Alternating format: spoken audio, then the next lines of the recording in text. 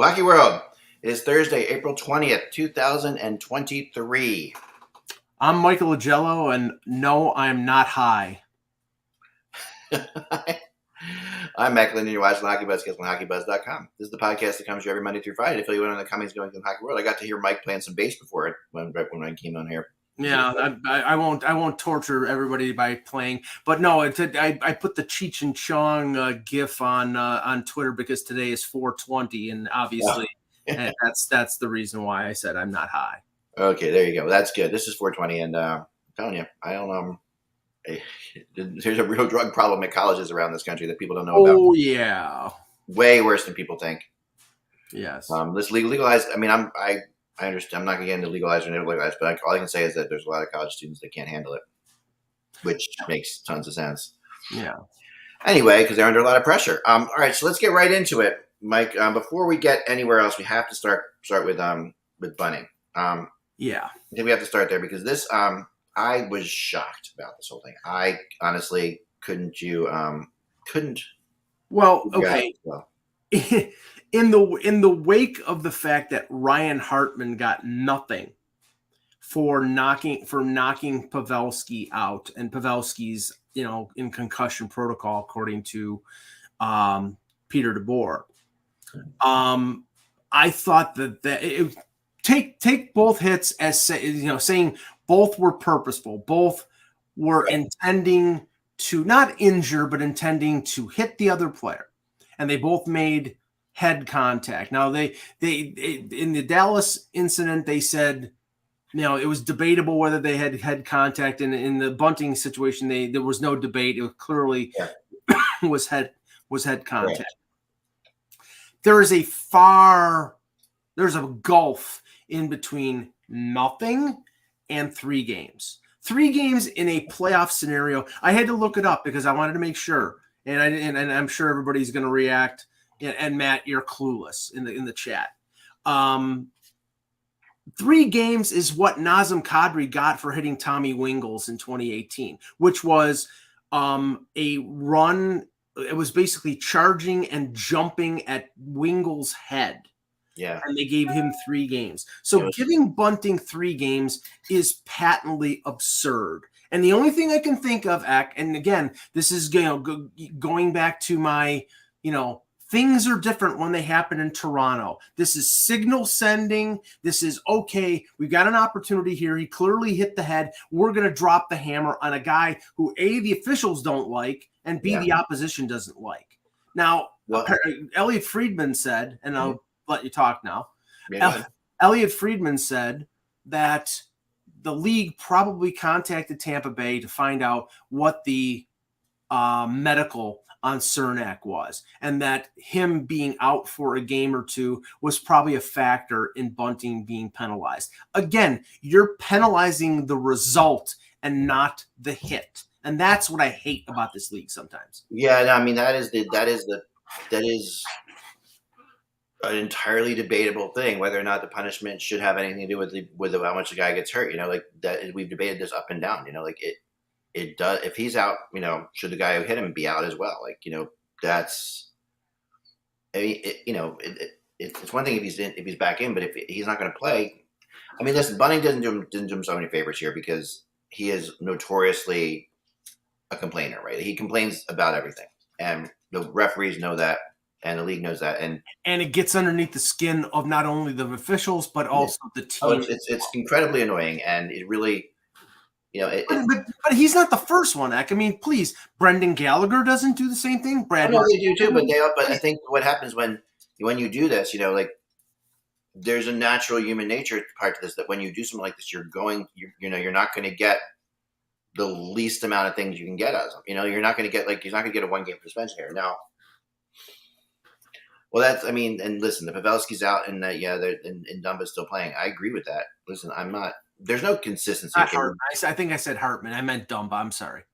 Yeah, I mean Hartman. No. Hartman was the one who scored the goal in overtime. I said he also was hurt. He didn't play last night, and he got hurt on what was a questionable play too. And it was kind of amazing that he scored that goal, to be honest, in the overtime because he was skating on one leg. Yeah, well, So it's fun. It's funny because the sort of the dichotomy of reaction here. I've had Leaf fans in the chat. I've had Leaf fans on Twitter. I've actually had Leaf fans in my own family who said Bunting is a pariah. Get rid of him. And I'm on the other edge of the spectrum. Is that guy? He's got a motor that doesn't quit. He's got a mouth that doesn't quit. But he plays great with Matthews and Marner and with Tavares and Nylander. He's a good complementary player. And there was talk earlier in the year about them signing to an 8-year deal. If you're talking about 8-year deal or letting him walk in free agency, I'm on the 8-year deal side. I think he's yeah, I mean, if you can get him reasonably priced for 8 years, he's a great role player, and and it fits like you say, he can fit in a lot of different spots. He can cover a lot of different holes. And he obviously has skill, and he's a great story. Like he's a great story in general. And you want to root for him for the fact, I think he's undrafted, right? Is that correct? He's undrafted free agent. Yeah, I mean, went to Arizona, played 2 or 3 years in the AHL. Only got like 20 games with the Coyotes. Was signed by the Leafs because Dubas and Keefe knew him from Sault Ste. Marie. right? It's nominated for Rookie of the Year. It's one of the 3 finalists for the Calder. Yeah. So older guy. It's a great story. He's a great story. He's not. And I think that but he has gotten himself a reputation of the referees hating him, and that doesn't help him. But this is the weird thing, and don't get me wrong, I am not defending Nazem Kadri. You know that I'm not defending Nazem Kadri because his stupidity in 2 playoff series cost the Leafs possibly winning. But okay, Nazem Kadri had the reputation of drawing penalties. He was excellent at drawing penalties, and then at a certain point, because it got attention and it was Toronto, then it's like, okay, he's a diver, he's this and that. Right. And all of a sudden, like, he's getting abused and nobody's calling the penalty. And then he starts losing his mind. What happened?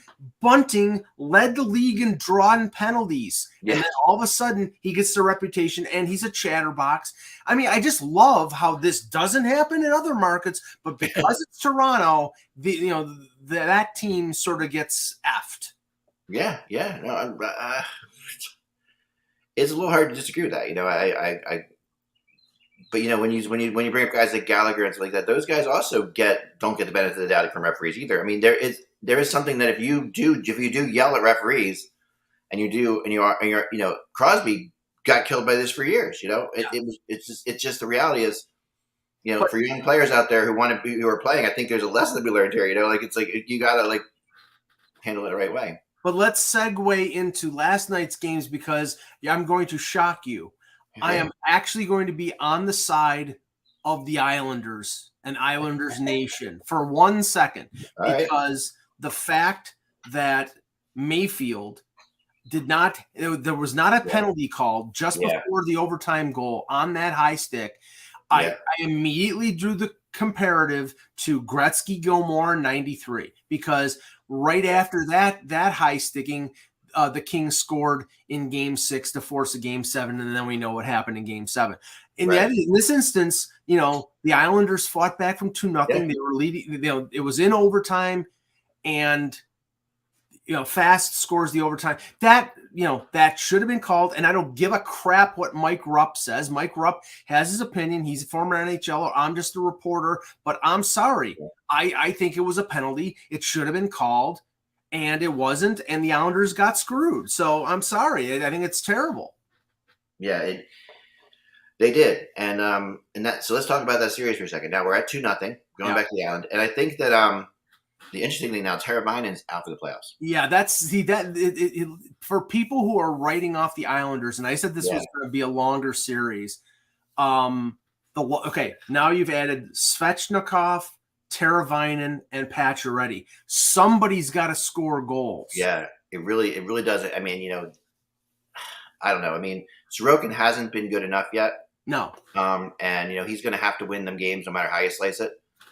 But if the Islanders it's obviously it comes down to Game 3. If they go down 3-0, they're in trouble. But not to say it's impossible again because of all the injuries. That's when teams come from behind. Often it is because of injuries. People forget that the Flyers, the year that they came back from 3-0 on the Bruins in Game 4, Krejci gets hurt. In a really big with a collision with Mike Richards at the time, and that was a big changing of the series. So Right, because Krejci was on his way to winning the Conn Smythe the way he was playing. Yeah, he was playing incredibly well. So that played into that a lot. And the Islanders have a goalie, so this series really isn't over till it's over. But this is, the fortunate thing with the Islanders is there are some good veteran guys on that thing who've been through this kind of thing before.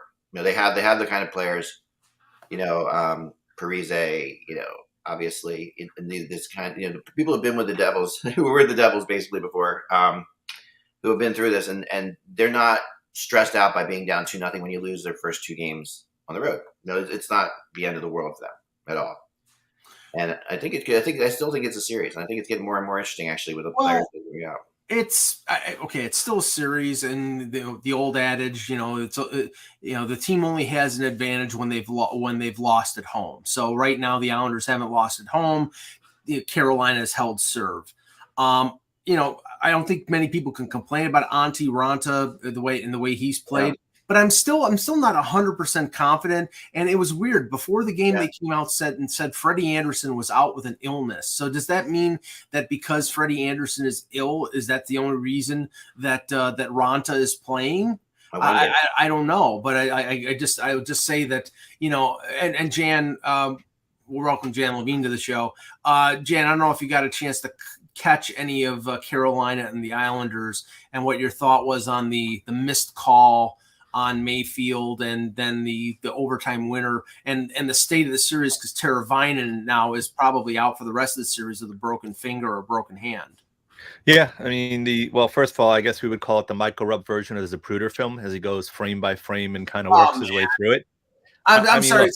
I like Mike Rupp, but he's been off base on two things this year: this incident and the interpretation of Austin Matthews when I think it was Giordano jumped in on Travis Konechny. Basically, he was calling Austin Matthews a wimp because he didn't get into the thing. The guy's had wrist surgery and hand issues, and he's going to drop the gloves with the rat like Travis Konechny. That would be dumb. So, but continue, sir. Yeah. I mean, so yes, I mean, look, the argument that he lifted a stick seems kind of specious at best. I mean, look, real-time officials miss calls. I mean, very, very simply, they missed the call, right? So there's two things. One, the officials missed the call. Secondly, some of the arguments has Mayfield should have continued playing. Look, you get hit in the face, automatically there's a shock impact associated when you get hit with a stick in the face, which is what impacted him, which is why he may not have, quote unquote, reacted as quickly. So it definitely should have been a penalty. I think the officials missed it. I don't think they lifted his stick. And B, Mayfield reacted like anybody else would in terms of when you get hit, that you don't necessarily immediately get back into the play based upon it, irrespective of how much of a veteran blue liner or player you are. Look, Carolina, 2-0 lead. The Islanders clearly, took a step forward in terms of their play yesterday. We know what type of style of play they're going to give you. It's going to be a grinded out type of a game. That's what's kind of you got a little bit yesterday. The first goal was the second goal, Michael, the New Jersey Devils have 3 Stanley Cup players by no. Boring still. So you know what? If you win, I may not like it, but it's effective. Right? Let's just say this. I'm watching 2 games yesterday, Jan, and that game is in the little picture, and the Boston Florida game is in the big picture, because one is exciting and the other one is not. I agree. Look, they are a counterattack team to a certain extent, not as good as obviously New Jersey was in the 90s, who obviously had the scorers that maybe the Islanders don't. But look, you look at the Stefan Noesen goal, you can't get a more fluky goal than that, than anything like that. I thought Ranta has played relatively well. I don't think he's been phenomenal, but he hasn't necessarily had to be phenomenal. I do expect that the Islanders will get a significant boost coming back home, because I think that crowd, look, UBS Arena is a nice arena. Does it have the environment that the barn, the Nassau Coliseum, used to? No, because it's a new arena. It doesn't have. It's a lot more amenable to teams coming in. Not as much cacophonous in terms of the amount of noise. But the place will be rabid. It will be rabid, and if they get an early lead, they will likely build off that early lead. Which you mentioned. I can vouch for this. I've seen the Islanders play a playoff game there, and there is nothing like Islanders playoff. Islanders fans in the playoffs are very, very good fans. It's a really fun environment. Look, I mean, I thought the officiating yesterday was blech. I mean, look, it's been pointed out 6 power plays to none. I'm not a big fan of the you have to play the balance it out garbage because that's ridiculous. You should call the game as you see fit, but there's no question that they missed several calls yesterday. Carolina is definitely going to start hurting with all the guys they're out, right? I mean, I know a guy in my blog wrote, with Teravainen out, you're going to see Puyol-Jarvi come back in. He's a little bit more of a heavier type of player, will play a bit more of a physical game, so they lose more skill, gain a bit more grit. I'm looking for a guy like Seth Jarvis to maybe take a step forward. This is the kind of thing where Teravainen out, he's going to have to pick up his game a little bit. Well, I do give the Islanders a really good shot, though, in Game 3. Look, Game 2 went into overtime. They had the disadvantage of 6 power plays against. They played a pretty solid game. They had a fluky goal get them to where it was 2-2 to go to overtime. They showed they can basically go toe-to-toe with them. Carolina's going to have to make up for the fact that they're down, I think, three main players now that are out of their lineup, which is a big loss. I do think the Islanders get a major bump from coming back home. Clearly, it's not. You don't like calling a game a must-win because it's not a game. It's not. You're down 3 games, but you can't go down 3-0 to Carolina and expect to come back against that team. It's feasible, but I would put the next game as a must-win. And wouldn't be shocked if the Islanders came out with kind of a 3-1 type of grinded out type of victory. What I'd like to see, though, is a lot more from Bo Horvat. I haven't seen a ton out of Horvat yet this series. I think Barzal's just getting his sea legs back after coming back from being out for so long. But I do think that each of them will get a little bit of a boost from playing in front of the home crowd in the next game. Yeah. Well, if you remember the Hurricanes last year and the last couple of years have had a really bad record on the road in the playoffs. This is a team that's been like they've been almost unbeatable at home, but cannot win on the road. Well, I think the Rangers Carolina series was like 3 home losses, or 3 home wins for the. Am I reversing this? Yeah, I'm pretty. Was it? I'm pretty sure. Yeah. Yeah. Yep. That's the only one on the road. Okay, I'm sorry. The Rangers played great on the road against them. Yeah. Okay, I'm trying to. Yeah. Okay. Yeah, I must reverse it. I apologize. Well, let's talk about the I think the most surprising outcome of last night, which was Florida beating the Bruins. The one thing the game aside, and we'll talk about the game, but this Bergeron thing is starting to be a little bit of a concern because, first it was illness. Yeah. Then in Game 2, it's injury. Now Game 3, they're not saying whether he's traveling with the team. What the hell's going on here? I mean, did he get hurt in Game 82? Gotta be something important because this is a guy who plays hurt all the time. Right, exactly. I think it's an injury. Clearly, look, you're in the game-management part of the schedule like you always are. They're not going to tell you what it is. My guesstimate is it's got to be an injury, and clearly enough of an injury where they're scratching him. But look, no Bergeron. Take nothing away from Florida. Florida played a really good game last night. Florida is a very good team. Look, they didn't have a very good season. They had a very uneven season. Clearly, Bobrovsky didn't have a particularly great season. We all know what's gone on with Spencer Knight. Barkov did miss a little bit of time. Matthew Tkachuk is a beast. Matthew Tkachuk makes that team go. He is the engine besides Barkov that makes that team go. And when Tkachuk is going and he's playing physical and playing the body and he can get space and a little bit of time, they're an awfully dangerous team. They have a talented blue line. We saw Montour stepped up early in the year when Ekblad was out again. We know what kind of production he can have. You know what Forsling can do. We know what you can get out of Ekblad. Look, Boston, I'm not going to go into the President's Trophy curse. It's one game. I mean, look, it means absolutely nothing. But Florida playing them, it is, granted, it's a 1-8 series. Florida's a better team than an 8 seed, though. Oh, yeah, way better. And also, one of the more underrated guys in the league for Hagee, who's just like. Well, I was going to say, that line with Bennett coming back in game, Bennett, Verhaeghe, and Tkachuk, the Bruins had no answer to stop. And the Panthers, when that line's going, are just faster than the Bruins. They are. They're fast. I mean, they're faster than the Bruins if they're playing well. The issue here is, the Bruins are great finishers, and the Panthers aren't great finishers. Last night they got some good finishes, and some goals.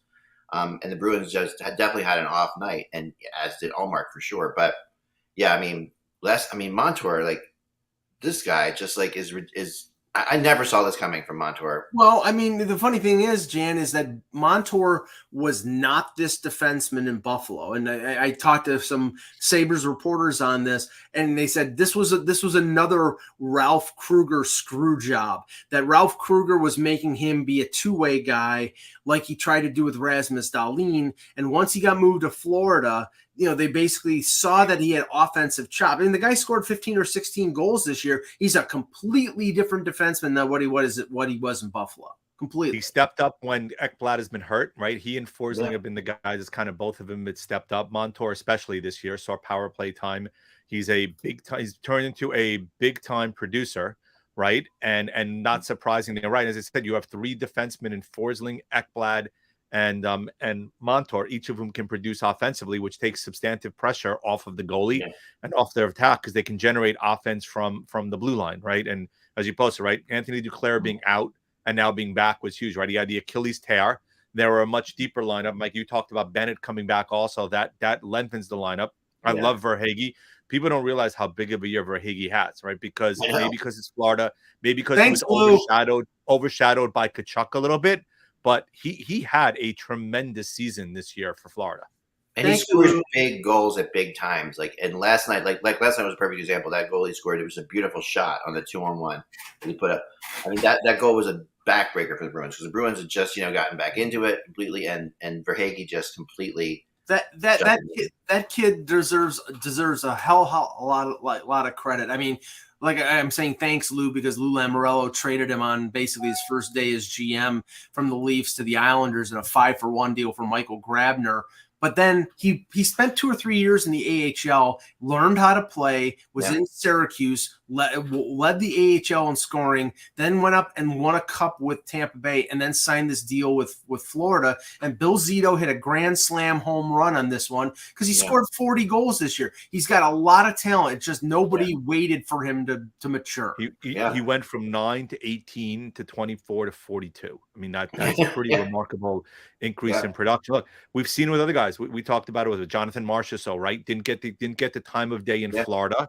He goes out west. He's given the ice time and the talented guys to play around with, and that's what he did. He increased his production. The same thing with Verhaeghe. He's become I wouldn't call him an elite player, but most certainly a top 6 offensive player on a team that's pretty darn deep, right? And you posted, Mike, before. One of the things I was going to ask about, right, is do you go to Swayman from Ullmark? My opinion, I don't think there's any question. No, actually, yes, I go to Swayman. Okay. I'm sorry. Ullmark to me did not look good at all yesterday. Maybe go from a talent perspective. I think Swayman is a more talented goalie than Ullmark is. I think Ullmark is a more steady type of goalie. But in a situation like this, right, going on the road, I might actually try to shake things up a little bit. Not a panic move, right? But it's not something where you didn't use Swayman during the year, right? Yeah, they alternated starts a lot. Right. Going to Swayman would not be any kind of a panic move because he saw a substantive amount of starts this year, but it would be something to kind of shake things up a little bit and give him a different look between the pipes. Well, here's something that you can say it's not a panic move because this team was not in a panic situation. But why, if you're Dean Evison, after the game 1 that Philip Gustafson had, do you go to Marc-Andre? I know it's Marc-Andre Fleury. I know he's a Hall of Famer, but Philip Gustafson had a phenomenal game and won you the game for the Minnesota Wild. So you switch and go to Fleury, and he gives up 7 against the Stars. I talked to somebody about this today, and I think that there was a small injury tweak that Gustafson happened. Okay, if that's the case, I think that they were afraid, that he's not 1,000%. They definitely, were in this position, and they've gone back and forth all year. Okay. They felt like, this is it's not a panic move if you put him in after the guy wins.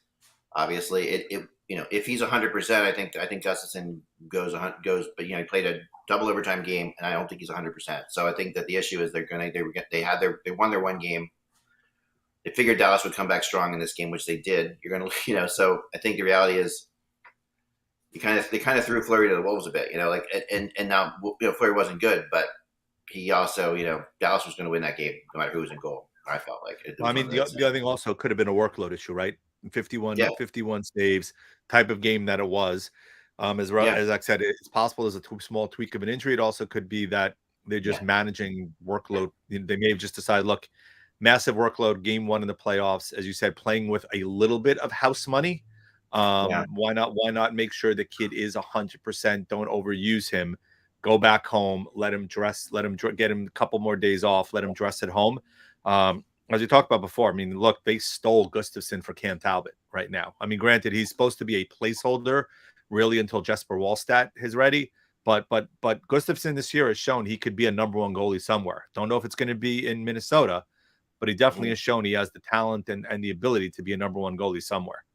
Yeah, and if there was a concern about the Dallas Stars being able to produce offense without Pavelski, Hintz, hat trick, Dadonov, 2 goals, Ben. I mean, it was like they had enough. And Heiskanen, like people were saying in the chat, Jan, I have Adam Fox in my playoff hockey pool, and he had 4 assists. And Heiskanen said, "Okay, hold my beer."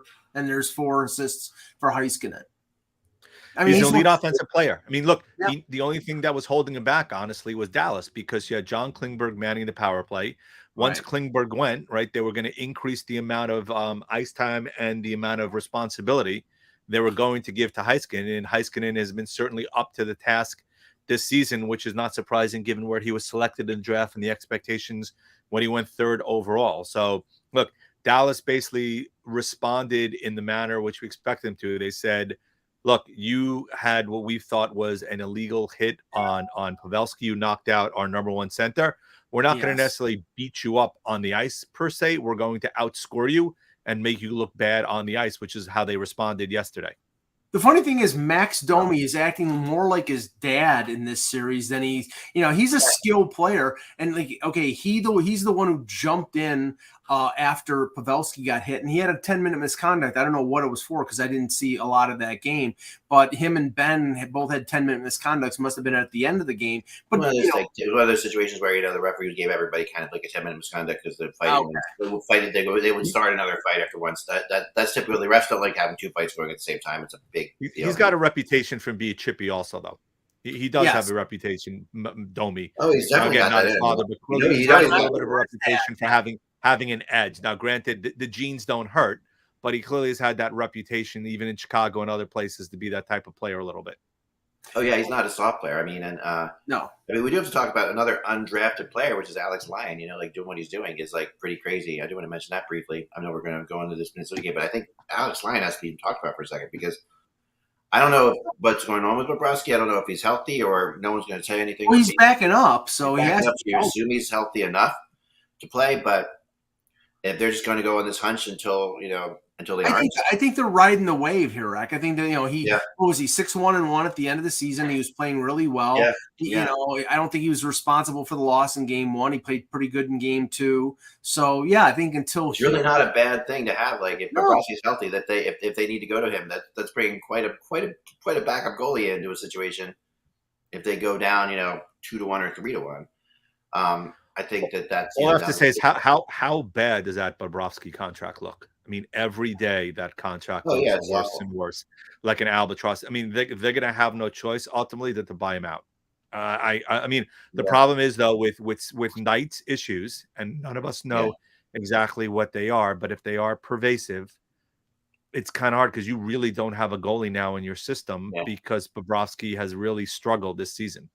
I'll say this. If they're going to buy him out, it probably is after next year because I think the salary starts to drop off after next year. You buy him out, it's $30 million. So that's 15 divided over 6 years. I mean, it's like a $2.5 million, $3 million cap. I'm not looking at cap friendly, but it's something like that. And a lot of it's signing bonus, so you're not going to get a lot of cap relief. That's the thing. So I think they're going to, he had a good enough regular season. Knight has to probably get out his things off the ice straightened out. Hopefully he can continue his career, and he's a kid who has a boatload of talent. Yeah. But I think that they're going to bide their time on this one. But as it gets older, if he's 35, 36 years old and $10 million a year, and he's not performing at that level, then they're in trouble. Yeah. Oh yeah. He did. There were moments this year where he did Yeah. really good. Bobrovsky, After Knight went out, he carried them for about. Yeah, he had moments Yeah. that were, they could have fallen out of the playoffs a couple times and they didn't because of Bobrovsky, basically. Now, the most predictable outcome of last night's game, you knew that Edmonton was going to bounce back against the Kings. Although, they took a 2-0 lead, and the Kings came back and scored 2 goals, and it was 2-2 in the third period. Skinner was bad in this game. It really frustrated the heck out of me because I'm really I am not sold on Skinner being the goalie in the playoffs at all. And listen, he had a great regular season. I'm not going to say Campbell's the savior, but I'm just saying at least he has experience in the playoffs.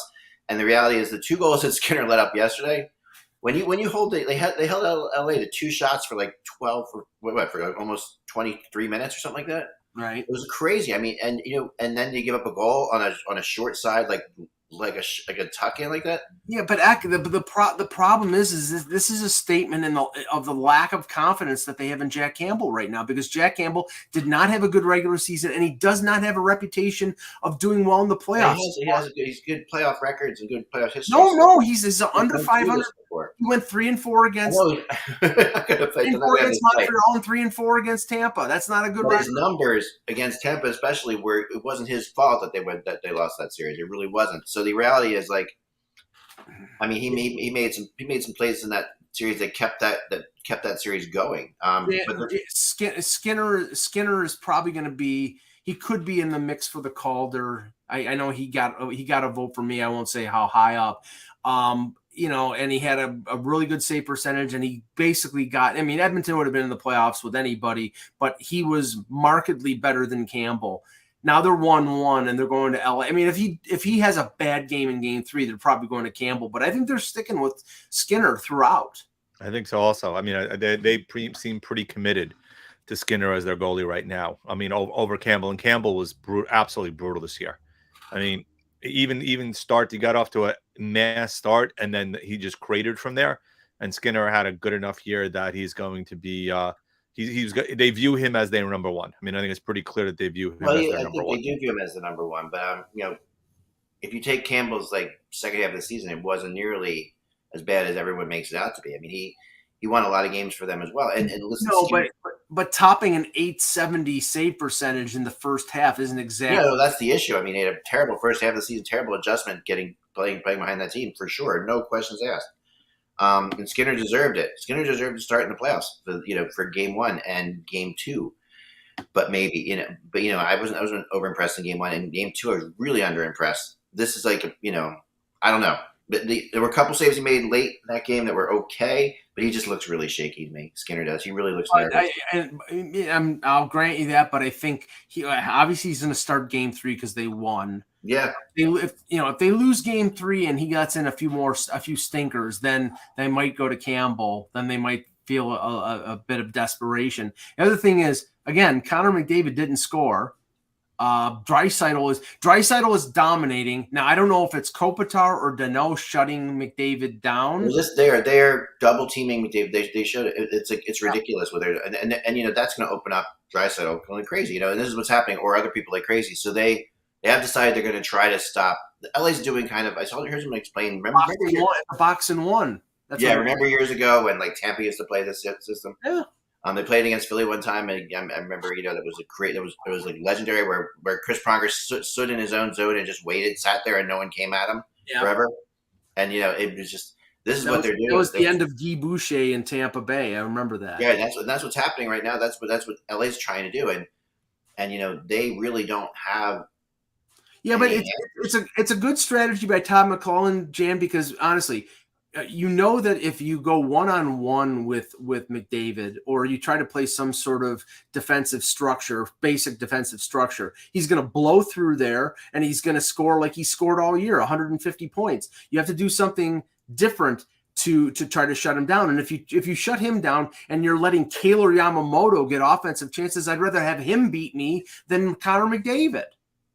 Yeah, but 2 games in, you've kind of now seen what the strategy is, right? I figured they'll find a way to create some odd man or other kind of rushes to get McDavid going. I mean, he's too good and he's too talented that they're not going to necessarily have a problem with it, right? And as you pointed, Danault is great defensively, and that part of the reason why he was brought in to be their number 2 center when he came over from Montreal was his defensive prowess, right? I mean, it was a question whether or not he'd be the number 3 there initially, and he's played well enough offensively to be the number 2.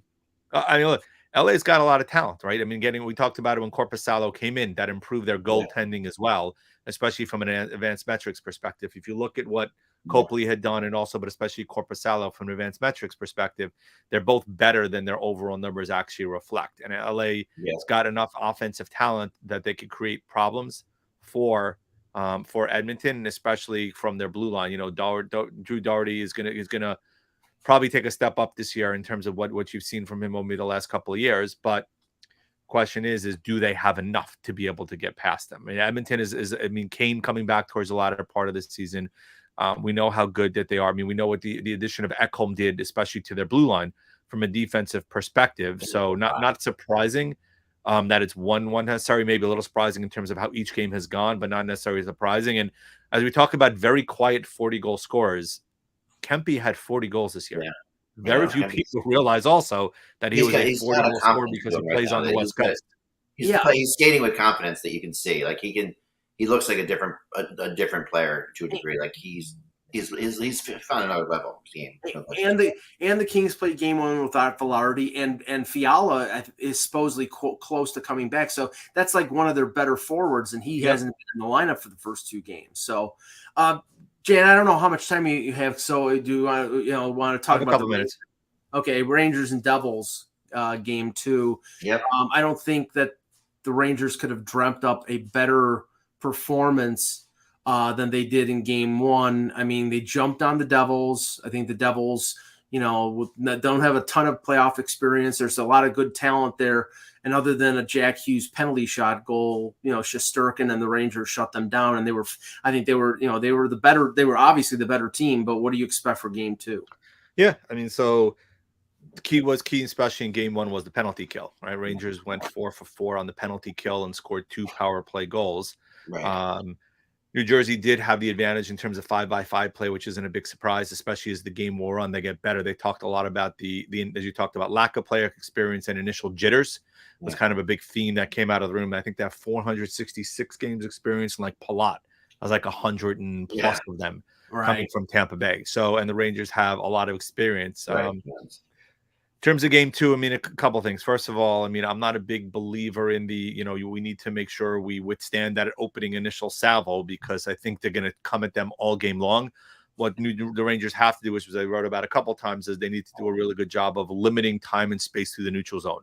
Yeah. New Jersey, when they beat them this year and they went 2-1-1, they just created pockets of open space and pockets of room to create either odd man rushes. I mean, you saw Hughes do it a couple times. Meyer can do it a little bit, but it's not really his game. They have other offensive guys, especially Hischier, can do it. So maintaining that structure in the neutral zone and making sure that they don't come in the zone and creating odd man 3-on-2s or 2-on-1s type of rushes was going to be key.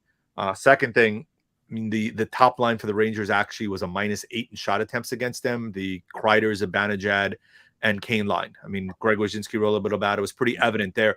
They basically had the type of strategy where it was more of a dump and chase type of game the Rangers did, as opposed to carrying the puck in.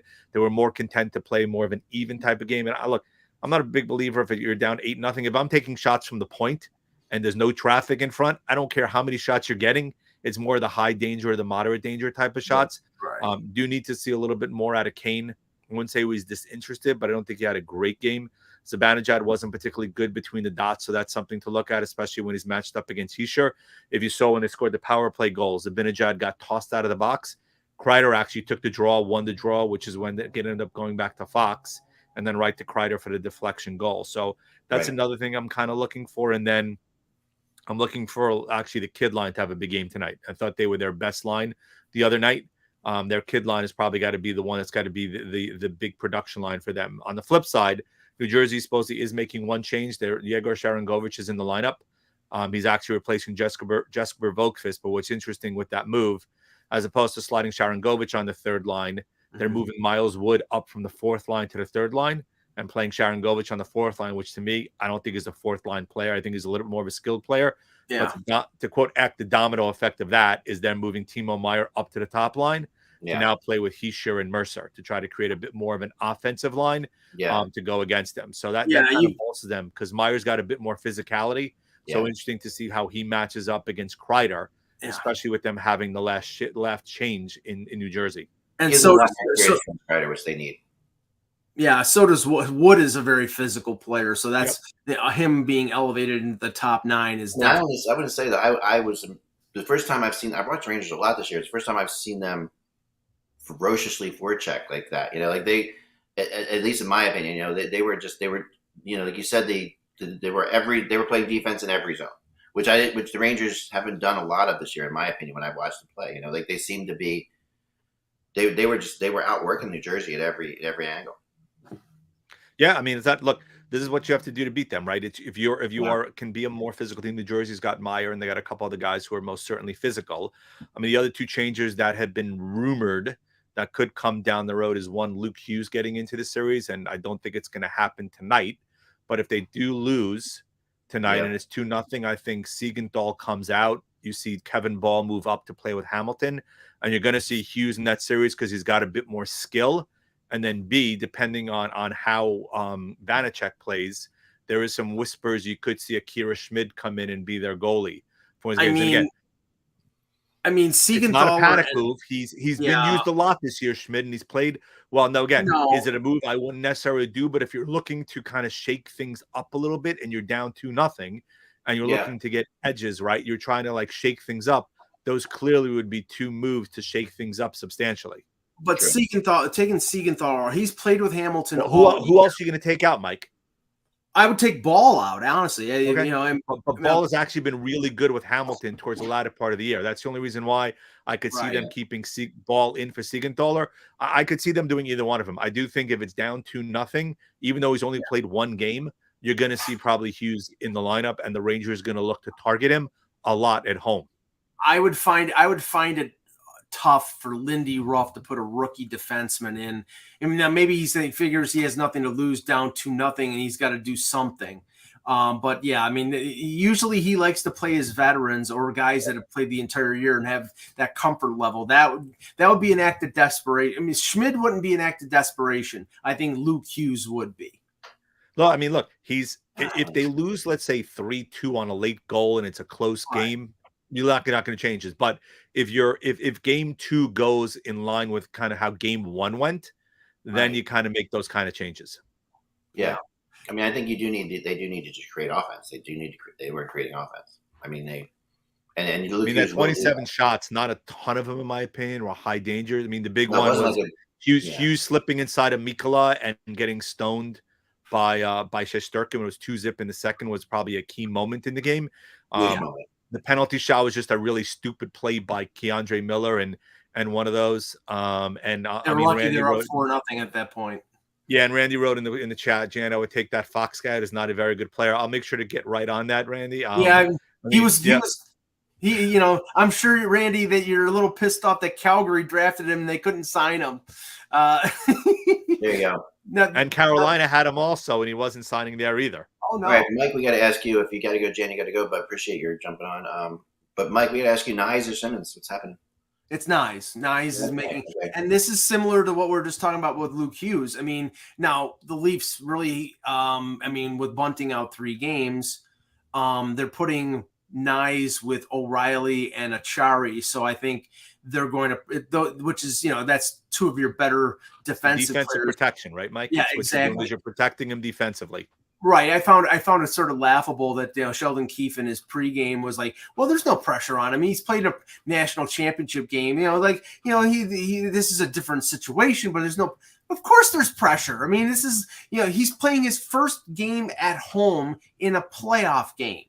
So, yeah, there's pressure. And now, I think they're going to play in protected minutes and protected shifts because it's at home, and they could go with 11 forwards and just drop them in here or there.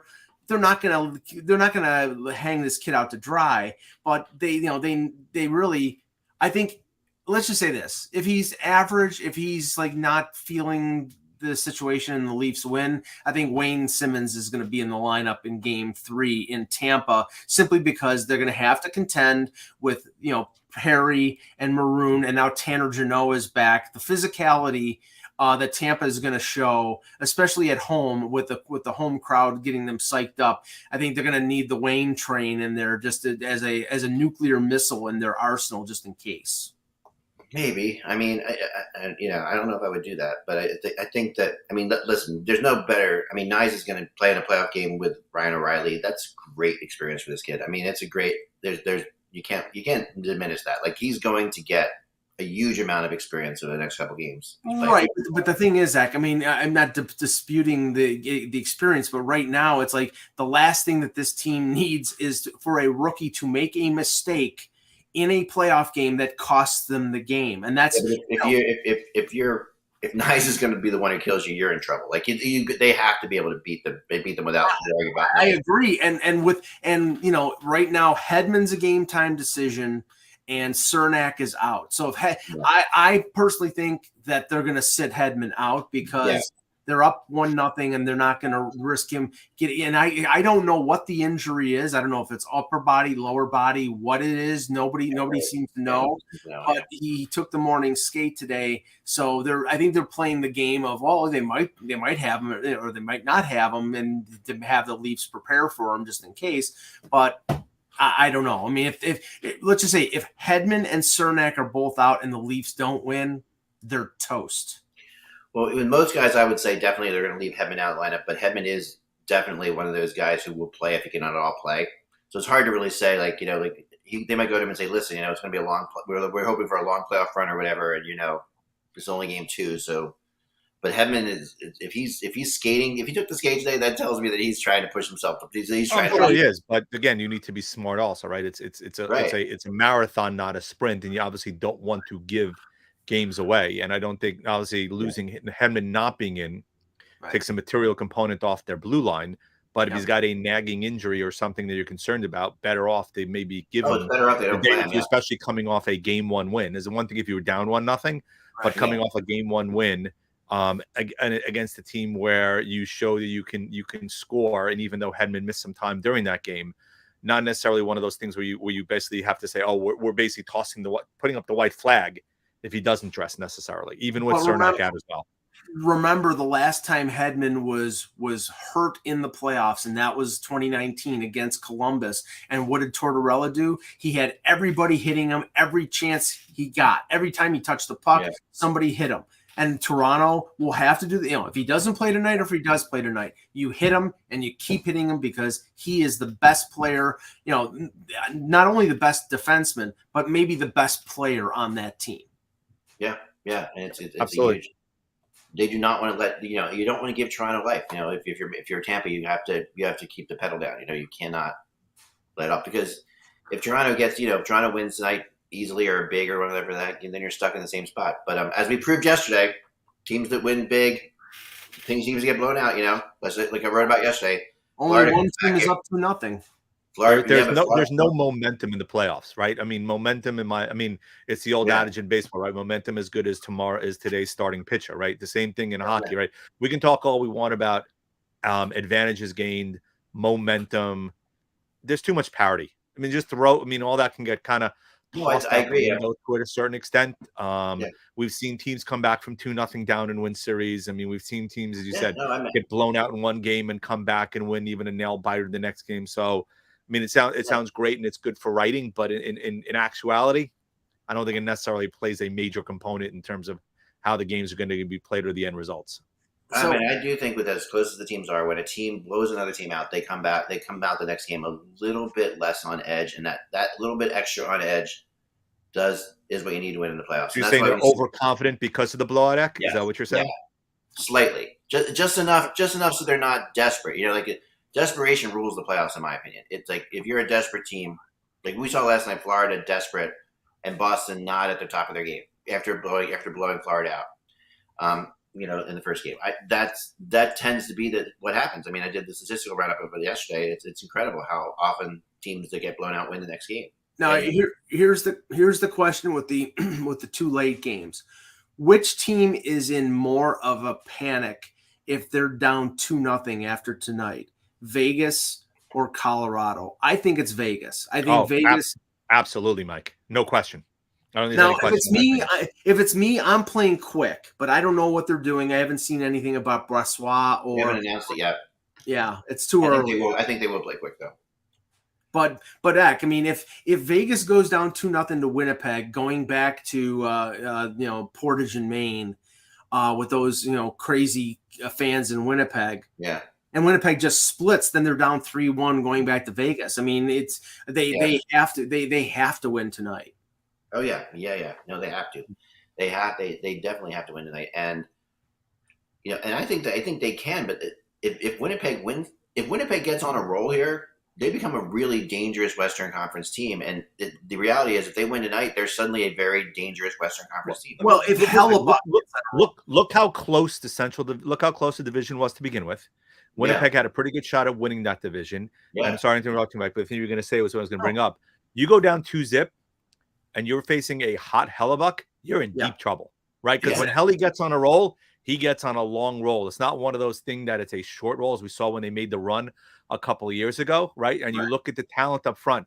Scheifele can score, as we know. You got Dubois, you got Connor, you got Morrissey. I mean, they have enough offensive talent. Wheeler, right? You got enough offensive talent there that you have to worry about if you're going against that team that can score, but especially with Wheeler between the pipes. And if Eichel stays banged up and isn't necessarily really 100% necessarily or not producing, is it?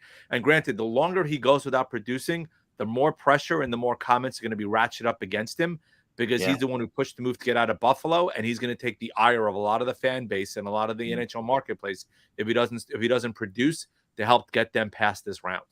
Now, if Colorado goes down 2-0, I wouldn't be shocked if they go to Seattle and win 2 games. I mean, that's how good that team is. But, I mean, it is a concern. I mean, okay, they have Georgiev instead of Kemper, and we know Kemper had his health issues last year, and Georgiev had a much better year. Again, I don't know how Seattle's doing it. They're doing it with mirrors. Their goaltending is not very good. They sort of have a hodgepodge of talent. There's some good players there. I'm not just, and they had 100 points. They just seem to be working that Dave Hackstall, method of playing. And, they want a tight. They'll bore you to death. First way, Mike, where did Philippe Grubauer come from? Oh, I know. And you got a little bit of the revenge factor there. That's a heck of a motivator. If you want to prove to the team that basically that didn't resign you, that you should have stayed there, right? And that's a pretty good motivating factor. And look, Axel did a very good job with the team. There's talent up front there, right? They don't have the level of talent that Colorado. Beniers can score. McCann had a phenomenal season this year.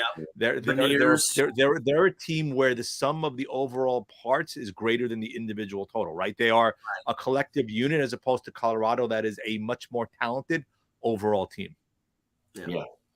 Yeah. And Colorado, I mean, that series isn't over until, you take 4 games from Colorado because they can always turn it on. And that's really how I see it too. But yeah, Vegas, big troubles tonight if they can't win that one. And it's going to be a tough one for them to win. I really am not optimistic about Vegas after watching that game 1. Well, anyway, that's all the time we have for today, guys. Remember, without the buzz, it is just hockey. We will be back again tomorrow on Friday with Kevin, I believe, and we'll maybe no, maybe not. Maybe we'll see. We'll find out. We'll find out then. We'll see you.